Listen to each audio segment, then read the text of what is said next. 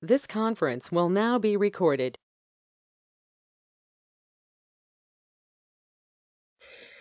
All right. Welcome, everybody. My name is Mary Beth Neely. I'm the scientific coordinator for GEOAquaWatch. And it's my pleasure today to introduce everybody to the latest in the webinar series. We do put on this webinar series every September through about March. Sometimes it runs into June. And we are pleased to have Dr. Stefan Simis today. Just a reminder that the GeoAquaWatch website will be where today's recording will be posted a little bit later this afternoon. Also, a reminder for everybody, unless you're actively asking a question at the conclusion, to please try to mute your microphones and to reduce background noises. Um, Also, just want to, I will post in the chat the link to the website where the recording can be found. Also, want to point out that we are going to take a break in the month of December for these webinars. We'll be back with actually 2 webinars are scheduled for January. And those are recapping some long-running GeoAquaWatch projects that will actually, for the first time, be introduced to the public. So we're hoping that you'll join us for that in January. But right now, it's my pleasure to introduce Stefan Simis from Plymouth Marine Laboratory. Stefan is the scientific coordinator for the MONOCLE Project, which he is going to recap for us today. He joined PML in 2014. He's a phytoplankton ecologist, yay, phytoplankton ecologist, and he works on lake color and water quality, specifically for the Copernicus Land Monitoring System and the ESA Climate Change Initiative. He uses biooptics to study biogenous matter in land and in coastal waters. He performs algorithm development, sensor development, and automation. Is a little bit involved in citizen science, biooptical modeling using both field and laboratory measurements, and he's a mentor to students. And I think all of those last sort of tasks and job descriptions fit very well into the entire MONOCLE project. So without further ado, I will turn it over to you, Stefan. Go ahead. Thank you very much.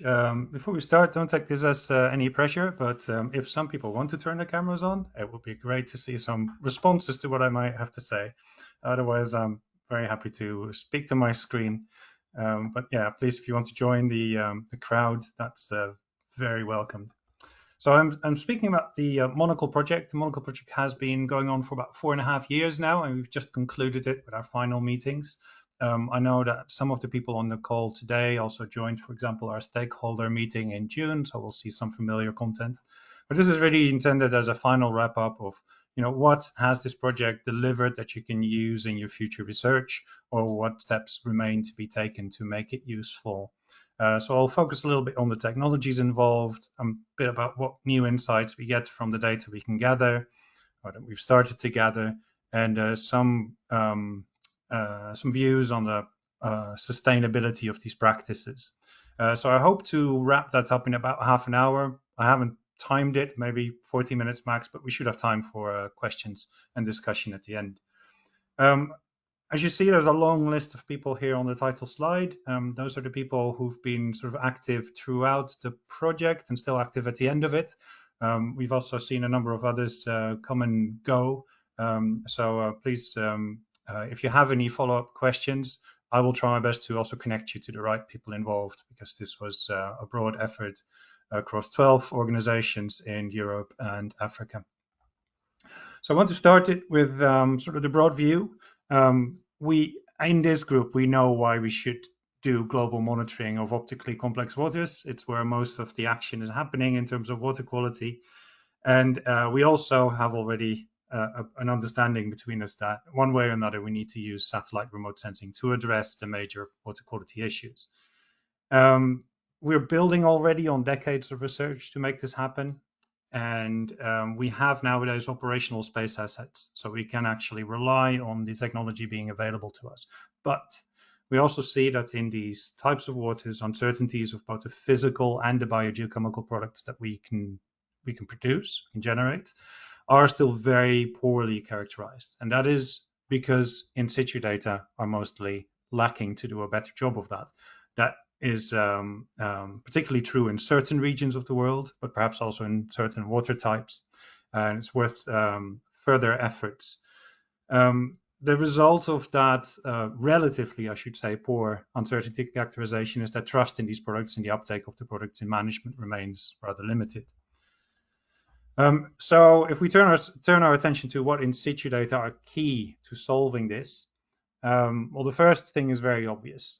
There needs to be a water sample analysis that is coincided with satellite overpasses. That's something we cannot really change. We need to have reference data for the products that we ultimately want to derive. I will not spend much time talking about this.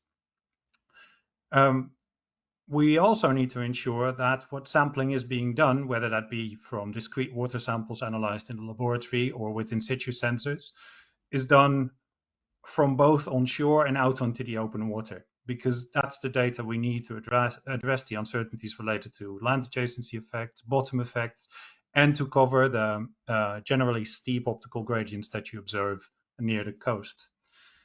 We also know that we need hyperspectral radiometry, because that's really the only thing that helps characterize the uncertainties that stem from atmospheric correction, which we know is one of the major issues in the uncertainty of satellite products.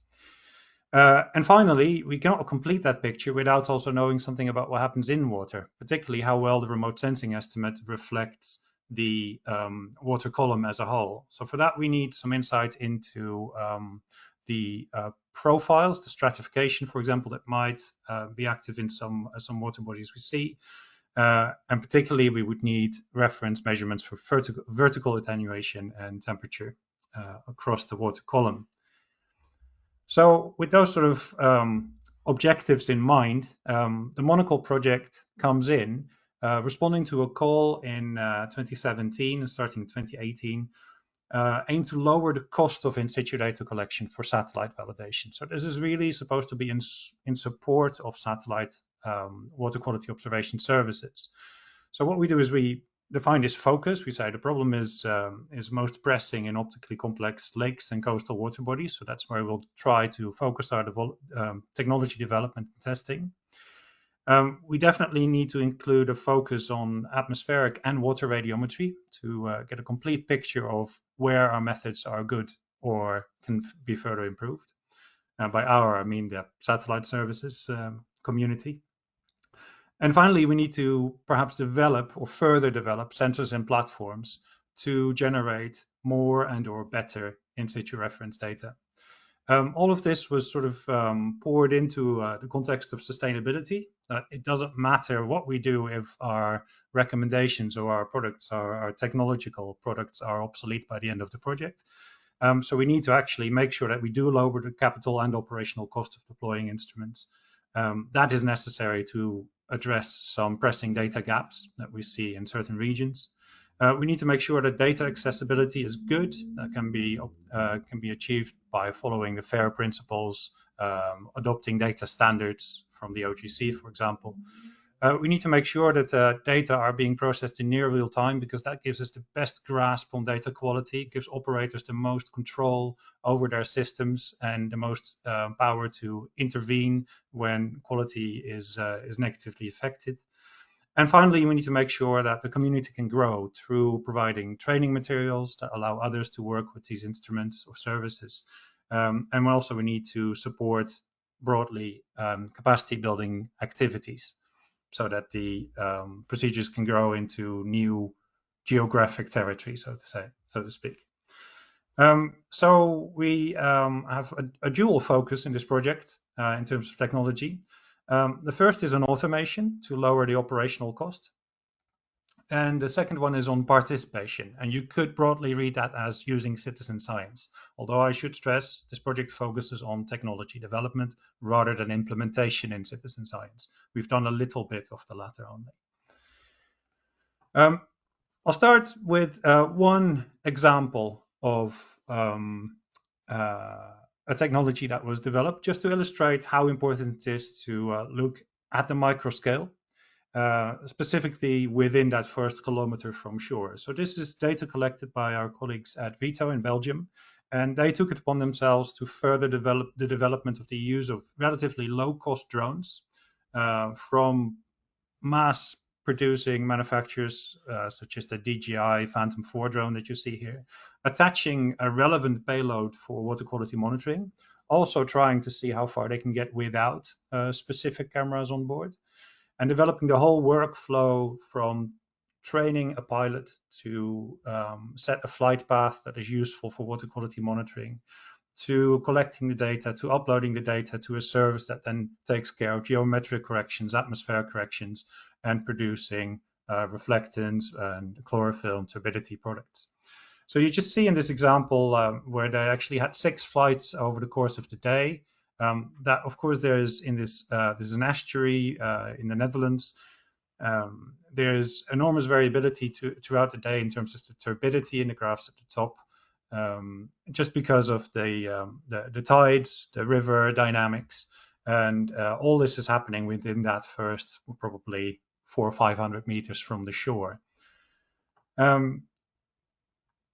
And drones are a solution to collect more information, more data for research into, for example, the adjacency effect. So combining the drone imagery with here the highest resolution free satellite data we have available from Sentinel-2, you can start to see that the drones provide the reference information to interpret that satellite information and to see how the satellite information may or may not be affected by adjacency effects. Perhaps this example is not the best to show adjacency effects because the water we're looking at is very turbid, so the contrast with land is quite limited.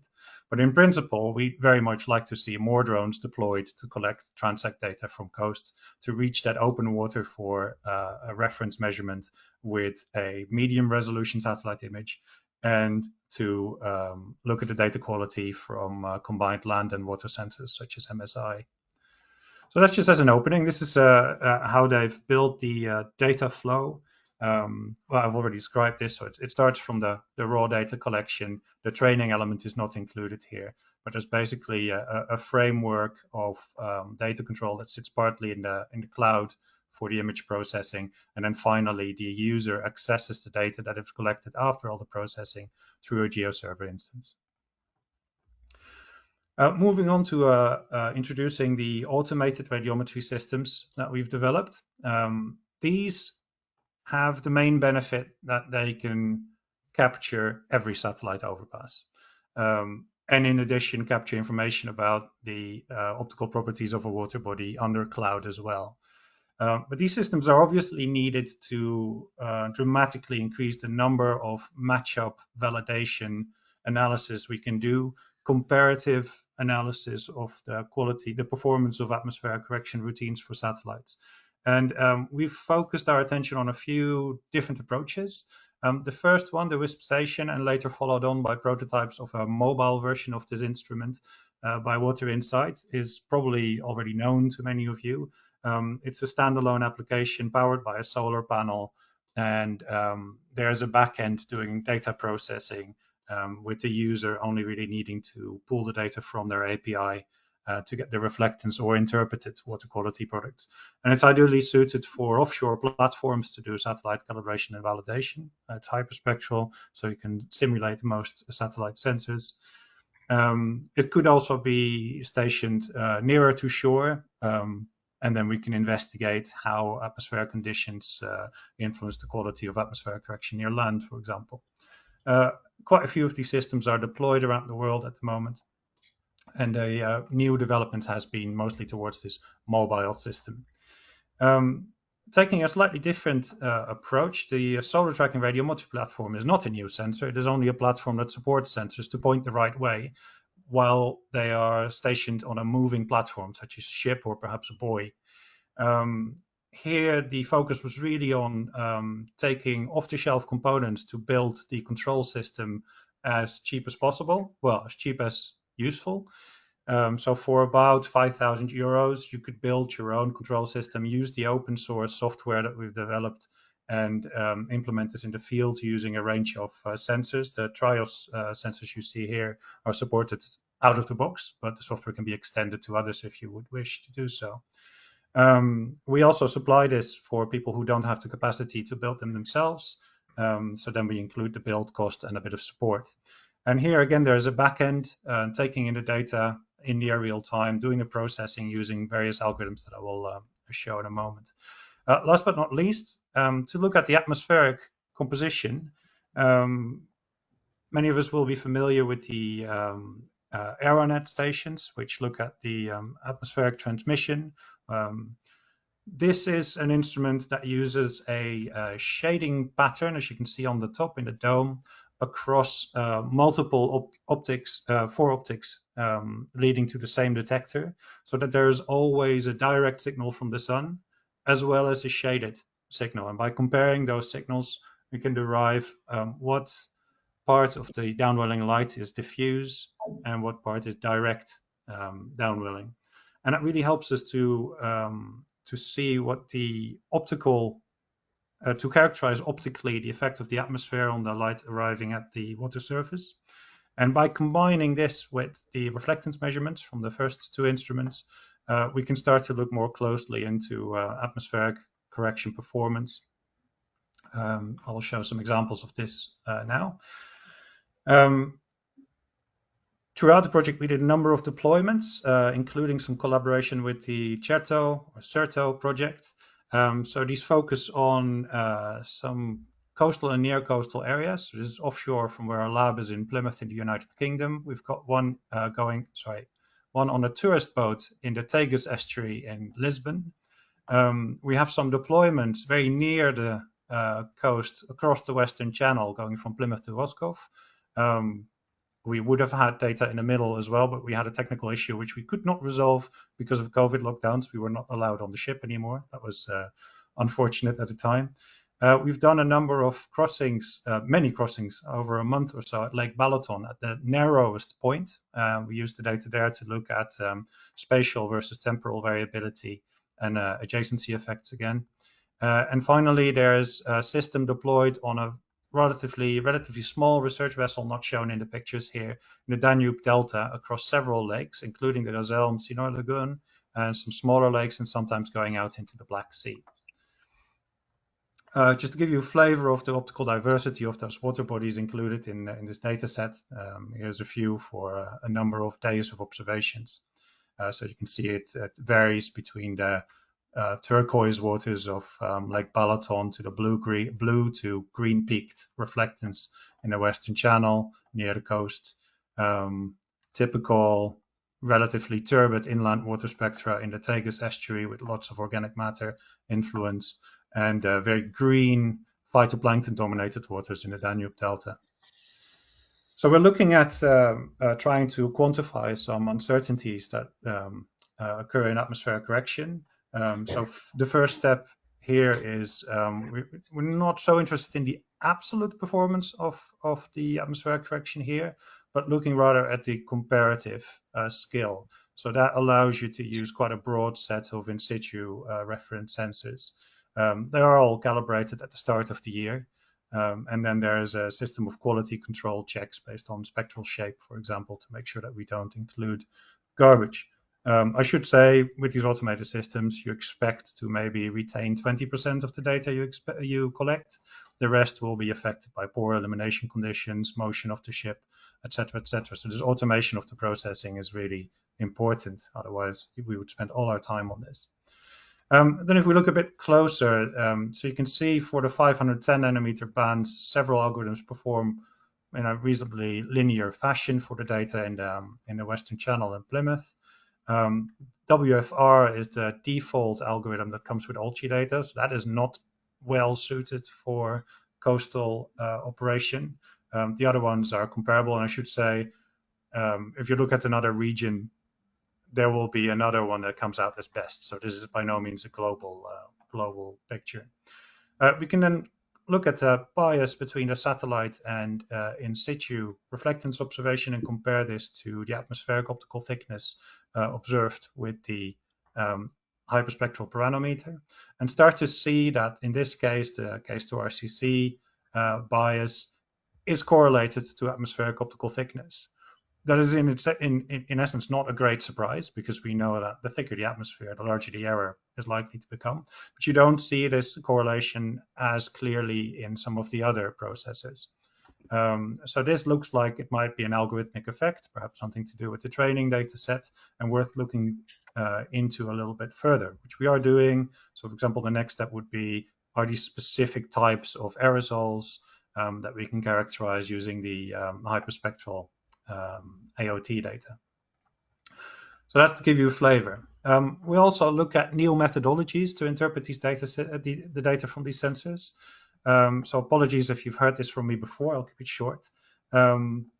Most of us are used to looking at remote sensing reflectance in a field using this equation, where you take the water leaving radiance, the sky radiance, the downwelling irradiance, and you correct for reflected skylight using a factor ρS, the surface reflectance, and optionally an additional offset.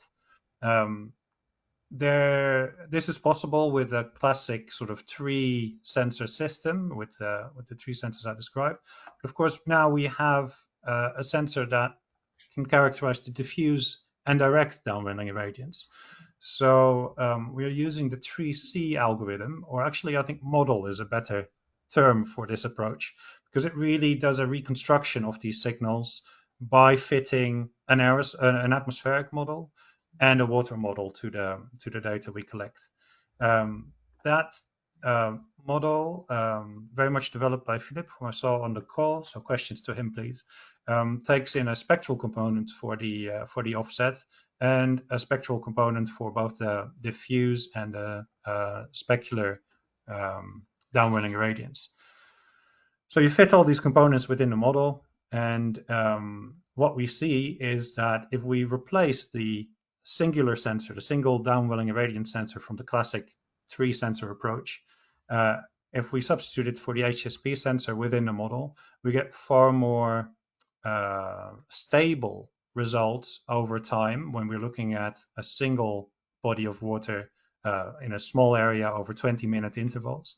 A far more stable response, especially in the blue, under clear sky conditions, and a somewhat more stable response also when there starts to become some partial cloud in the picture. When it's clear sky here, sorry, I said the other way around. Yeah, this clear sky, much improvement. When it's fully clouded, the differences become smaller. And that is logical, because the downwelling irradiance sensor would give you the same, it would be fully diffuse, which we also characterize by the HSP sensor. So this is work that was published by our colleague Tom Jordan at PML in remote sensing this year.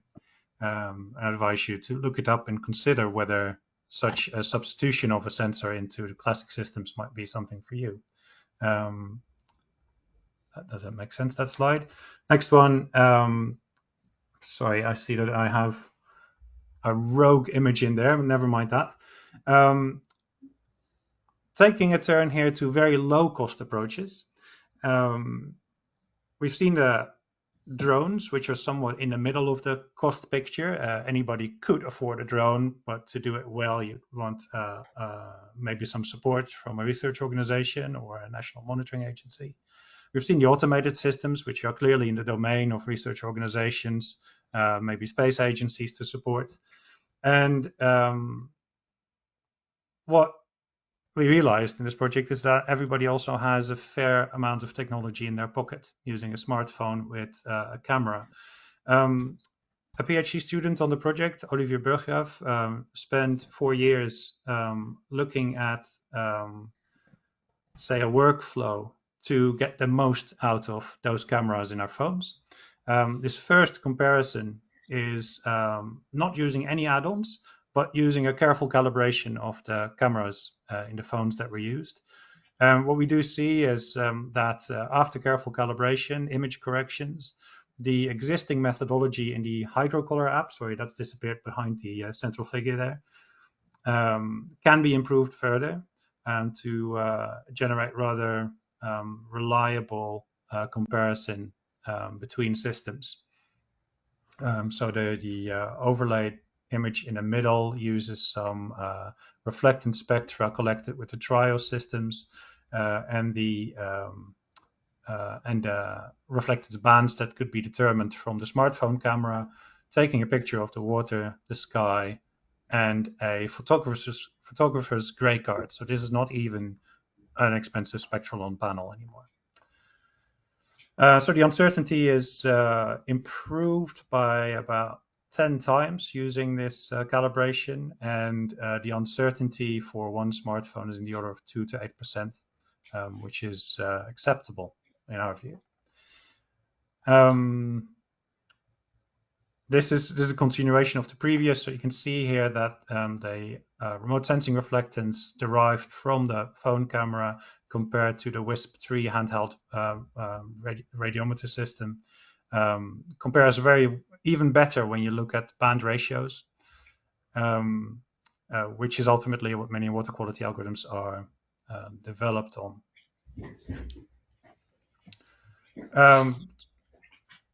It's nice. I cannot give you too much technical detail without our colleagues developing this on the call. They are at the University of Leiden in the Netherlands.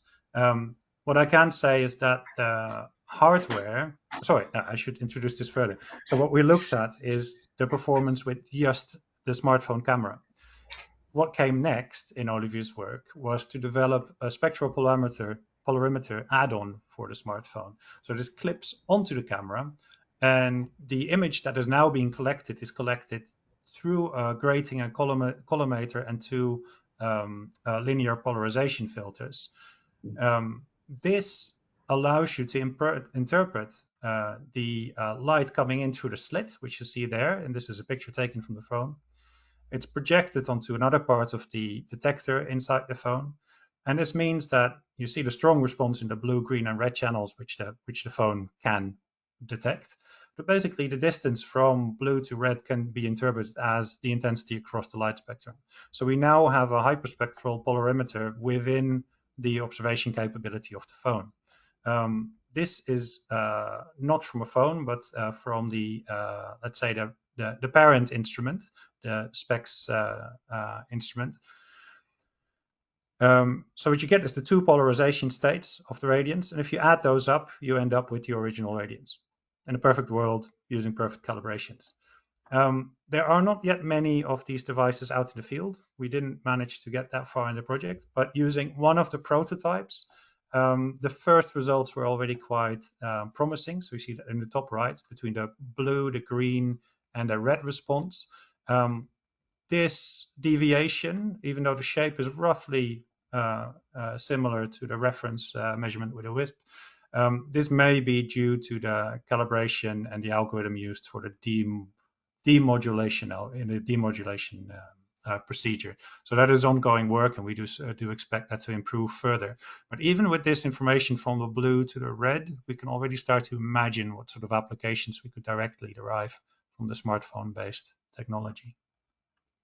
And there they are, just to prove that they are being produced, tested, and then for each phone you would have a specific backplate because the location of the camera on the phone differs. So what you can expect next is the processing architecture to fully mature. DDQ, a company that has developed the app, will continue to provide the service, and in future you'll be able to order your iSpecs for your phone through them, and also see the data processed through their systems. And you would then have to provide specifics on your phone, unless it's already in the database, to get this backplate fitted. And finally, if your phone is a new model, some additional calibration sequences may be necessary to get proper corrections out. I'll move to the last set of sensors. I'm introducing them sort of thematically, and those are the in-water sensors. The first set is a continuation of what was called the Kduino, developed by our colleagues at CSIC in Barcelona in Spain. The original Kduino was a string of light sensors, which you would interpret as a profile of downwelling light, so KD. They've come up with several flavors of the next line of this product. One focusing on sort of expert use. This will cost in the order of 500 to 1,000 euros to produce. And that would be a string of multispectral detectors, RGB sensors inside, and can also be extended with temperature sensors. And you would, so one of the modules is seen here, this sort of white element there with sensors pointing up. And you would string these together for as many as you need. And this could be deployed anywhere with a floater. And then near the surface would be data transmission technology using long-range radio, I believe. The low-cost version, the truly low-cost version, is the do-it-yourself version, and that takes the form of a stick that you throw in the water, has a floater at the surface and a weight at the bottom to keep it mostly vertical. And what they found is for this, they really needed to rethink the way that we sense light, because sensors pointed outward in a stick will not give you very reliable information. It could be self-shading. The angles would be a little bit off. So what they developed instead was an annular irradiance sensor, which sort of detects the light in multiple directions at once. That's then being integrated and used for sort of the annular downwelling diffuse attenuation coefficient, which is broadly analogous to the KD we are used to seeing. For this, they have developed the bits that take most time. So the electronics to actually read the sensor, and the electronics to sit in the top. With that as a kit, you could take this on board as a classroom project to learn about watercolor, to learn about what, for example, drives coastal attenuation near a river, look at pollution perhaps, and you could deploy this over a limited length of time with regular visits in the classroom. So this is very much designed to become a do-it-yourself implementation. We can go, of course, a step simpler, less technology involved, and revisit the good old SecuDisk. So we've worked with colleagues, including former PML colleagues who've developed this project years ago, and have now set up a company called Brewtech, where you can obtain these miniature SecuDisks, which are ideally suited for still waters. Take it in a backpack, take it on a lake in a kayak, for example, and it doesn't weigh a ton. You could attach some weight on site to, if needed, if the water does flow more than the disk will support. There's a small weight normally included. And this is a fully 3D, well, nearly fully 3D printable setup. So again, ideal for classroom projects. And indeed, it was originally developed as a classroom project by one of the founders of the company. We've added a few, or they have added a few bits to it, which we supported in the project. So they already had the SecuDisk disappearance distance itself to be recorded, the Forel Euler color scale at half the Secu depth, where this gives gives the most reliable indication of color. They've also added a pH paperclip. And what we've done in MONOCLE is provide data backend support, some quality control, and the ability to upload photos alongside the measurement, which the intention is to start using those photos for some AI algorithms looking at dominant color within the pictures being sent, providing some support perhaps for people with color blindness to still be able to use it, and overall to see if any new directions can be explored in terms of citizen science of detecting objects. So there is currently a 10 meter and a 25 meter version of this available. The MIDI version is a tiny bit larger, but not much heavier. Finally, We've worked with people at EarthWatch, it should say here, CERT is their official acronym, EarthWatch Europe, who already have a global framework for low-cost water quality monitoring, which is used in quite a few countries and quite a few instances, supporting SDG monitoring as well. I have an example of that in a moment. Their default kit includes nutrient reagents and a turbidity tube, but they've worked to extend this methodology to incorporate some of the earlier low-cost devices, to extend their the capabilities of the groups working in the field with a reporting tool that can take all this technology on board ultimately. So they were the test bed for new technology, and at the same time they are providing their services and their training to get people started. This is a very typical example of where their activities are global, but the impact is always very local. So each individual project will tackle a specific aim. That can be education, but it can also be pollution at a specific river, trying in a micro scale of observations to track down where these pollution sources might be, and then act on them with environmental enforcement agencies or with the source of the pollution itself.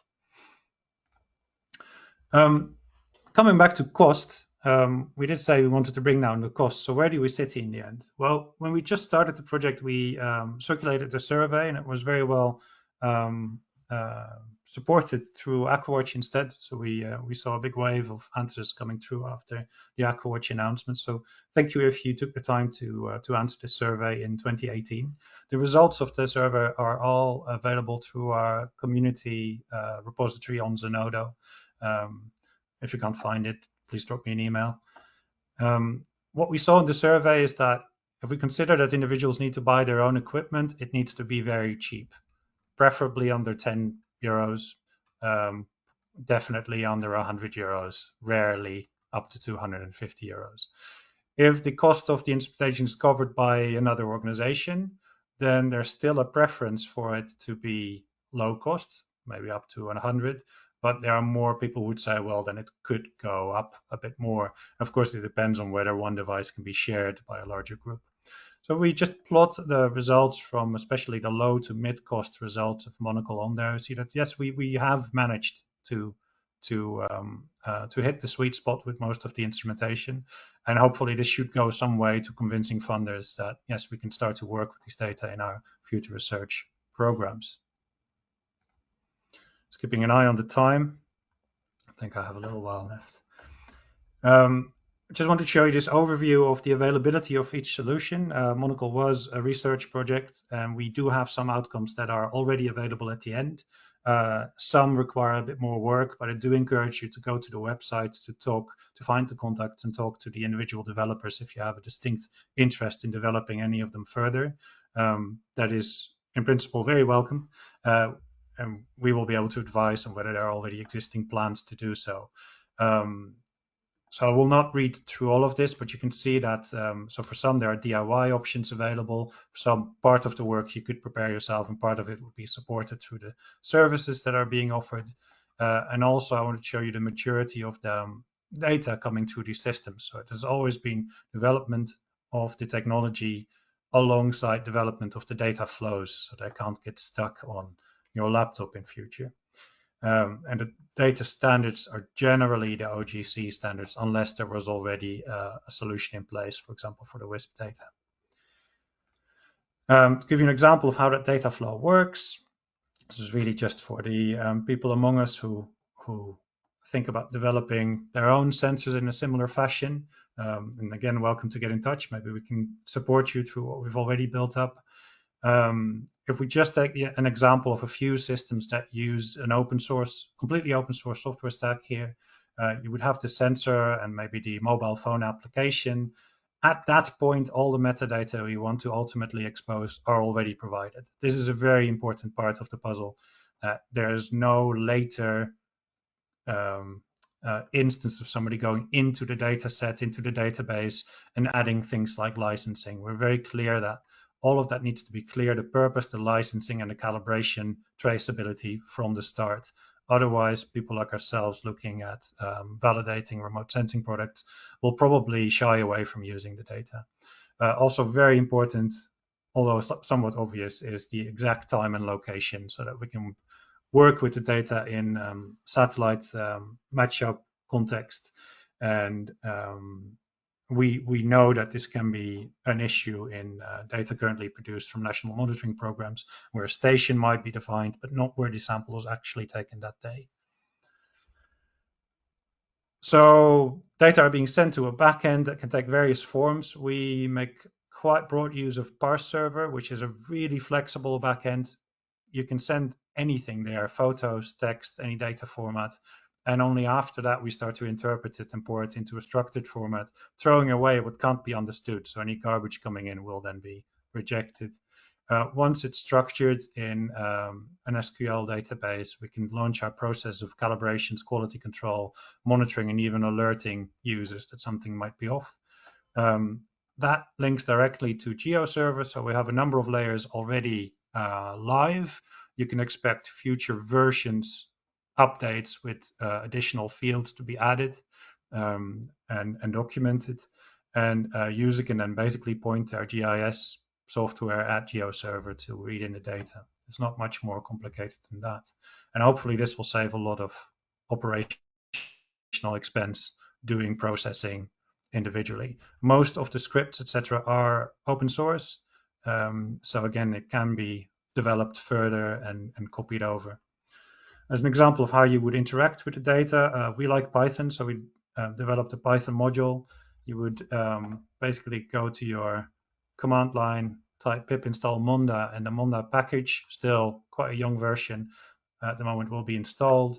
You do some imports from that package, and for plotting, you select a few properties for the data you want, such as the platform, serial number, your time frame. Then there's one line that will actually be everything needed to download the data for your specific request. And from that moment on, you have your data available in your Python environment. You could inspect it to show which fields have been available through that specific GeoServer layer and make a plot of your data, get going. And that's the idea, that we could start to stream the data, do daily or weekly updates of satellite calibration, validation plots without spending too much time on these movements. You could also approach this standardized data flow from another direction. So here we use Grafana, again, open source dashboarding tool, to just show the operators what's happening with their instruments. So here you see the SORAD system operating the Tegus. You can see that for most of the time, it's too small to read, but this says what the relative viewing azimuth with respect to the sun is.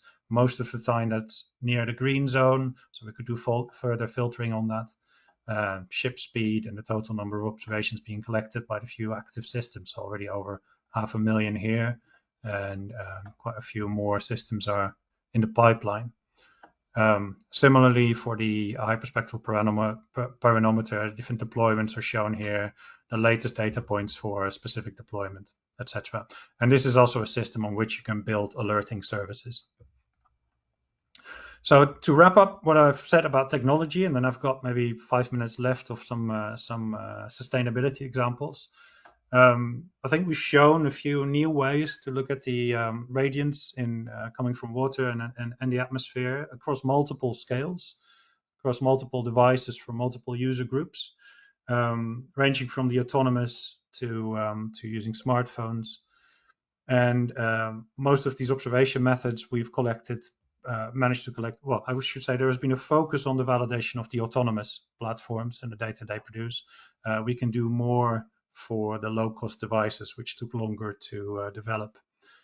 Overall, we see a reduction in cost, be that through using well-suited optics or robotics or 3D printing, using off-the-shelf components to keep maintenance costs low, etc.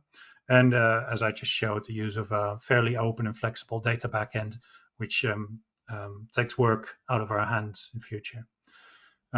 Cost is mostly met for the low-cost devices, but I will say that what I've shown you, it's not citizen science. We have tested some of the approaches in existing citizen science environments where participants knew this was going to happen. What is definitely needed now is an upscaling, specific attention to the social sciences of how this observation of the physics of water bodies feeds into the impact they want to see from their activities. There might be routes through education, there might be existing routes through pollution-oriented programs, for example. And we are in conversations with quite a few stakeholders who would like to help test some of these devices in the right setting. And you would probably add other things as well, like dissolved oxygen. It doesn't all have to be radiometry or transparency and nutrients. So I want to touch on the last bit. It's like, well, what are some thoughts going out of this project on a sustainable implementation pathway? So I start with some borrowed slides from UNEP GEMS Water. They attended our stakeholder meeting. So these are slides from Stuart Warren's shared. And he showed one of their key results from a report, which is that currently most of the nations reporting on water quality for SDG 6, or most of the data points, come from fairly well-off countries. It won't be a surprise, but it just underlines that there is still a magnificent data gap around. So only 1% of water bodies where we have information are from the 20 lowest GDP countries is one of the key statistics there. So there is an urgent need to do more. Okay, they didn't just keep it at reporting that, they also try to find a way forward. So this is an example where they got involved in Sierra Leone. The reporting agency basically said, well, can you help us?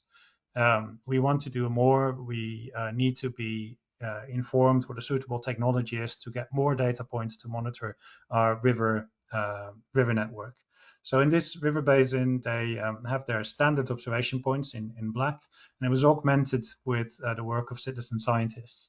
And I believe this is the first example of where monitoring data from the citizen scientists are actually being actively reported for the SDGs. So that is a minor success story. It can be done. It requires investment from the agency involved, but the cost is not enormous. And following the initial training, I believe they had very, comparatively, compared to what we see in Western Europe, for example, really good retention of participants. Stepping back to the MONOCLE project, what we did there, we have the collaboration with Tafiri as a project partner looking at Lake Tanganyika. They started also a new initiative with the help of Earthwatch. So they started up with the turbidity tube and nutrient measurements.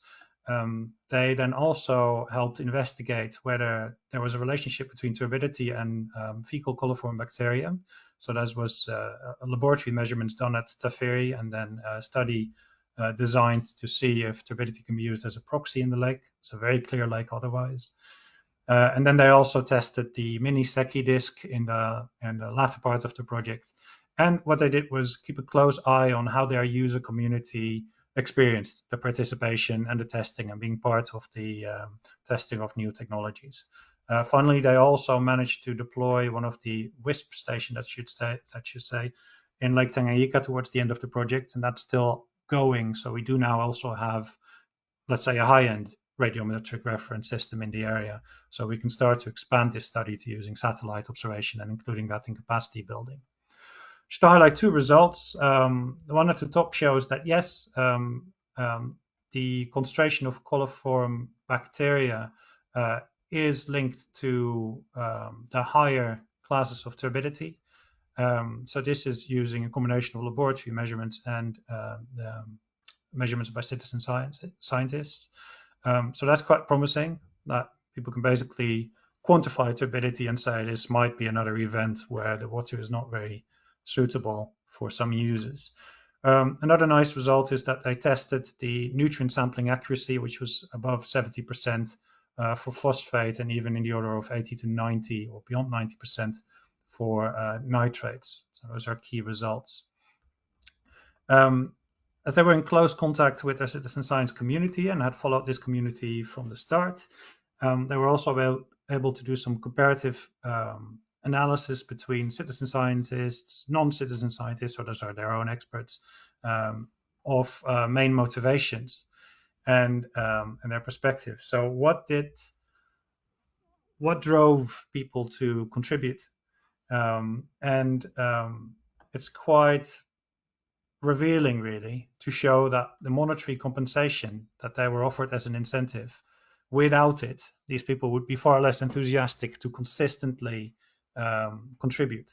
And this is basically due to the reporting methodology. So there's an expectation that people will use the mobile phone app to report the data, and the cost of data transmission is, let's say, relatively high for many participants. So they receive an incentive in the order of a few dollars, I think, to contribute, and that makes all the difference. And it's still low cost if you think about the total picture. Coming to the final slides, just wanted to highlight, because this is for many in AquaWatch, I think, not something they would immediately have on their radar. If we think about growing in situ networks, we would really like to see more sensors in the field and in the right places, and not just managed by research organizations. It's worth having a look at what the just released implementation plan for this year of GCOS, the Global Climate Observing System, has to say about it. They have two actions regarding sustainability of observations. Of course, this is all with climate monitoring in mind, but the implications are much wider potentially. So one of the actions is to ensure necessary levels of long-term funding support for in situ networks, from observations to data delivery. So this is a clear ask from GCOS to themselves, to the WMO, to all levels of research and monitoring, really, to invest in this. And it's also pointed out that for some of the climate variables, this is already set up. For others, new work is needed. They also specify separately the need to develop reference networks. So this is regarding fiducial reference measurements. And the two, even in our community, are often confused. So there is in situ networks to observe climate variables or chlorophyll or whatever biogeochemistry, it all plays a role. And then there are the specific elements of an in situ network that gives you the fiducial reference, which has to be a grade above. And here they also point to the main actors to make this happen. So please use this in your next funding proposal to convince your agency of choice to invest. It's in the global agenda. So the final slide on MONOCLE then. I think the main messages are broadly divided into issues on investment and issues on coordination. So we can make a few sort of sweeping recommendations from MONOCLE Project. The most obvious one is, okay, we've got the technology, not just from this project, others as well. Please do invest in a network that includes radiometric observation stations and vessels to dig further down into those uncertainties that we still have in remote sensing of optically complex water. I think this requires an element of not just seeing where we can place these sensors because the platform happens to be available, but also where platforms need to be made suitable because the environment that we can observe from there demands it. Very important is to focus on geographic data gaps so that we can really start making contributions to Sustainable Development Goal 6 and others, and really address the issue of trust in the data and uptake in management action. Then in terms of coordination actions, a community of practice, well, GEOAquaWatch is such a community of practice, really. We can maybe think about a group working specifically on analyzing where radiometric observations are needed and to develop community support for some standards of practice on how to deploy them. Some work is already underway here, more can be done. Further encouragement on data sharing, demonstrating more wider use of drone-based observations for water quality monitoring, and encouraging the uptake of low-cost sensor methodologies in, for example, educational programs, but this can be considered wider. But really, there the buy-in from environment agencies is needed. And then finally, something that goes across coordination and investment is the continued capacity building to make sure those observations are carried out where they need to be, and that the data resulting from these efforts can be taken up in management. So also capacity building on that front. Now, before you go, and before Mary Beth takes over, I also work on the Lake CCI project. We are readying a new interdisciplinary data set from remote sensing of lake water extent, level, lake color, ice cover, temperature, and even ice thickness is coming. We have a new user survey. We would be very pleased if many of you can answer this survey so we can have an update on current data requirements. And with that, I'd like to hand over back to Mary Beth. I apologize for speaking longer than I intended to. I was getting enthusiastic about this, but we still have some time for questions. Yes, we do. And while people are finding their unmute button and perhaps using the react button to either raise their hand, ask a question, or applaud a wonderful talk, Stefan, I will ask you to send me the details on that last slide, and I will put it on our website as well. So just a reminder, I've already posted it in the chat, but we will be posting today's recording a little later this afternoon on the GEOAquaWatch website, and I provided the link in there. Did I lose anybody? I'm still here. Okay, great. Yeah, I'm just seeing something weird on my screen. So does anybody have any questions for Stefan?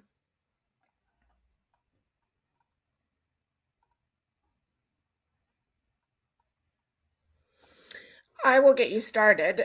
So do you have a rounding endorsement for the use of citizen science based upon your results? From me, or did I collect one? Yeah, either way. I think citizen science is potentially very powerful if you choose the right question and you realize why people may want to participate. So as I said, education is one route, and I think schools can play a huge part in not so much data collection, but readying young people to be environmentally aware, and that's a goal in itself. In terms of other groups of citizens, yes, there are plenty of examples in literature now where local issues on pollution were tackled by collecting the right amount of data. I don't think we should see citizen science as necessarily establishing a reference network for satellite calibration and validation. There may be occasions where this is suitable when people go to open water, for example, and collect data that we would otherwise not have access to. But most of it will be shoreline based and of less importance for the remote sensing community for the purposes of satellite calibration and validation. But just the fact that citizens can highlight issues by operating the right devices in the right manner means that ultimately the pressing issues can be brought to our attention as well from remote sensing or other in situ sensing perspectives. Now, that's my endorsement. I think otherwise, in terms of endorsements coming our way, we tend to be a bit biased. So if people are heavily against these approaches, they should just say so, or not, rather. Thank you. Any other questions? We have time for one last quick one. If no one else. Oh, sorry. Go ahead, Amita. Yeah. I just maybe you mentioned this, but I'm interested in knowing more about your smartphone technology that you mentioned, that people can go out with some additional devices and take observations. So if there are citizen science groups or if there are universities who want to train their students with this, can they approach you for the technology, or how does it work? Yes, so yeah, I had to go quickly over that. So the iSpecs2 technology specifically will become more widely available over the next year, I anticipate. We really want to make sure that it's not broadly launched before people using the app can get some feedback on the data that they collect. The hardware is ready and the sort of software processing backbone is ready as well. What you can do now is register your interest. So if you go to the MONOCLE website, which is hopefully not too hard to find, I can put it in the chat in a moment, or maybe somebody will do it for me. And you go to the iSpecs sensor page. There should be a link to the iSpecs sort of, we can call it a commercial page or a marketing page. And that's where you can fill out the form directly with the developers to be kept up to date. So that's what I would recommend. Otherwise, we do hope that we can secure some follow-on funding to also do algorithm development specifically for this device. But you know, at this point, anyone could get on board and help with this. Wonderful, thank you. Yep. One question: I somewhere I heard you mention that OLCI didn't work for coastal region. Did you say that? I hope I didn't. But of course, the uncertainties related to having a medium resolution sensor near the coast are much higher than in open water. Okay. So that is why the need for reference measurements near the coast is larger. And yes, and of course, there's always the risk of having a fairly coarse pixel in an environment where bottom effects may go unnoticed because the majority of what you see is open water, but some is not, for example. So one last question, promise, and then I'll stop. Again, about the smartphone technology. Once the data are collected, say, they go to your server? Are they transmitted to a central server somewhere or on cloud-based server somewhere? And then there are algorithms that can be used to process the data. And so atmospheric correction and all that is done. Well, for the in situ measurement with the smartphone, you wouldn't need to do You atmospheric wouldn't need correction. that much. Okay. But you would be able to have access to the reflectance data that you collect, to the radiance data that you collect. So there's a large data reduction step that's necessary because you collect 3 photos really, and those are collected in raw image quality without compression. So that is some analysis then first happens on the phone to make sure you don't have to store all this data forever. And then it gets uploaded to a server to make it into useful data including any camera phone specific camera calibrations. And after that, the data become usable for research. So I would say then you have the radiances, the reflectances, and you can choose to use those. And in addition, it would be nice to convert the data to atmospheric transmission if you point it at the sky, and to water quality properties if you point it at water. And that part still needs more work because we need to with the prototypes we've had in the field so far, we couldn't collect a large enough data set. So there's another year or so of work needed there. Thank you. This is very interesting. I think I'll contact Thanks for your you. questions. Great. Thanks, everybody, for joining us today, and especially for the interesting questions at the end. I know we ran out of time, so while I post the video this afternoon, I will also put in the chat log, which will have Stefan's email address in it. If you would like to reach out with your question that you didn't get a chance to ask today, you can do that directly. So one more round of applause, virtually or live in person, for Dr. Simis from PML. And thank you and have a great day. Thanks, everyone, for your interest. Steve Groom's live in person. Oh, there's some more live in person people. Yeah, that's nice. Hi, Philip. Thanks, Stefan. Have a great day. Bye-bye. And you. Thank you. Bye-bye.